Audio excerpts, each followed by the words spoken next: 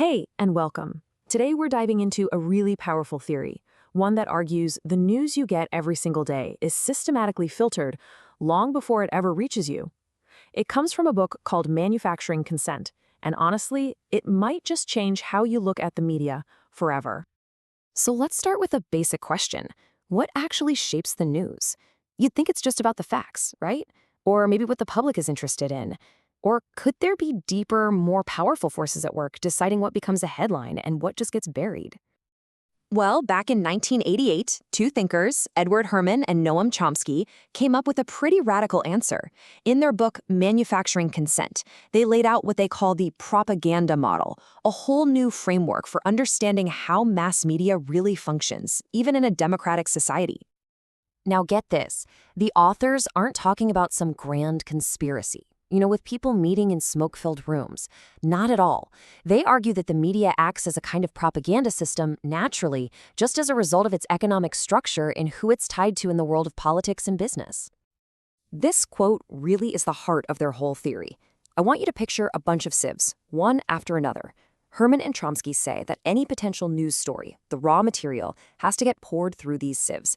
And by the time it gets to the end, all that's left is what they call a cleansed residue, a version of the news that's fit to print. So what are these filters? What are these sieves that everything has to pass through? Well, Herman and Chomsky identified 5 of them. 5 key mechanisms that they argue systematically shape and distort the news we get. Let's break them down. Okay, so first you've got ownership. The simple fact that most major media outlets are huge, profit-seeking corporations owned by very wealthy people. The second filter is advertising. Because let's face it, for many outlets, the real business is selling your attention to advertisers. The third is sourcing, which is about where journalists get their info, and, spoiler, it's heavily reliant on official government and corporate sources. Number 4 is flack. Think of this as organized negative feedback, complaints, lawsuits, you name it, from powerful groups to keep the media in line. And finally, ideology.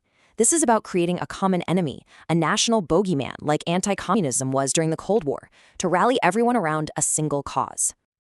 To really see how this all works in practice, let's just zoom in on one of these for a second. Number 3, that reliance on official sources. This one is absolutely crucial because it shapes the very foundation of what even becomes a story. Just think about it from a reporter's perspective. If you use information from a White House press briefing or a corporate PR department, it's easy, it's cheap, and it makes you look credible. But the authors argue that this dependency means the media's entire agenda often gets set by the very people in power they're supposed to be holding accountable. It creates this deep structural bias before a single word is even written. Okay, so what's the end result of all these filters working together? Well, Herman and Chomsky argue it creates this shocking double standard in how the media covers human suffering. They have a term for it, the difference between worthy and unworthy victims. On one hand, you have worthy victims. These are people who suffer because of a country that's considered an official enemy. Their stories, they get tons of emotional, humanizing coverage designed to make you feel outraged. But on the other hand, you have unworthy victims. These are people who suffer at the hands of our own government or its allies. And according to the model, their stories are downplayed, decontextualized, or just plain ignored, because telling their stories doesn't serve the interests of the powerful. And the authors didn't just state this as a theory, they backed it up with some pretty stark data. Look at this. They tracked how often the media used the word genocide for different conflicts. For enemies like Serbia and Kosovo or Iraq against the Kurds, you see the word used hundreds of times.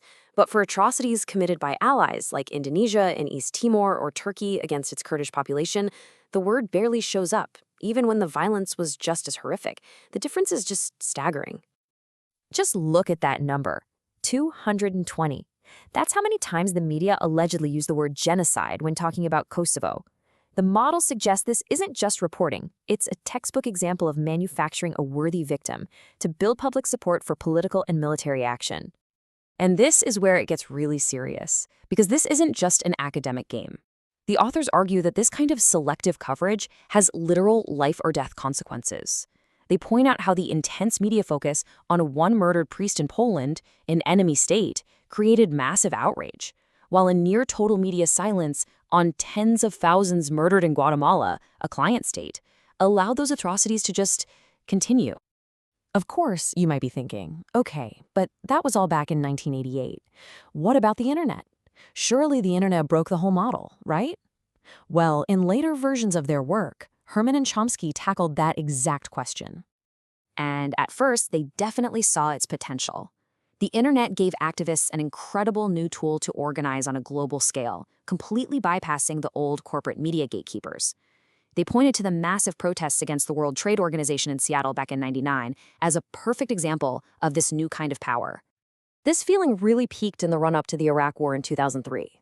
The global protests were so huge, so undeniable, that even the mainstream media had to start talking about world public opinion as a brand new second superpower that could actually stand up to the first. It really felt like a moment of hope, like the old gatekeepers were finally losing their grip. But they also sounded a pretty big note of caution. They saw that the same old forces, commercialization, massive corporate mergers, were moving online at lightning speed. You had giants like AOL and Time Warner merging. This was a clear signal that those original filters like ownership and advertising weren't disappearing. They were just adapting. Plus, there was the digital divide, meaning this powerful new tool wasn't even in the hands of everyone. And that really brings us right up to today.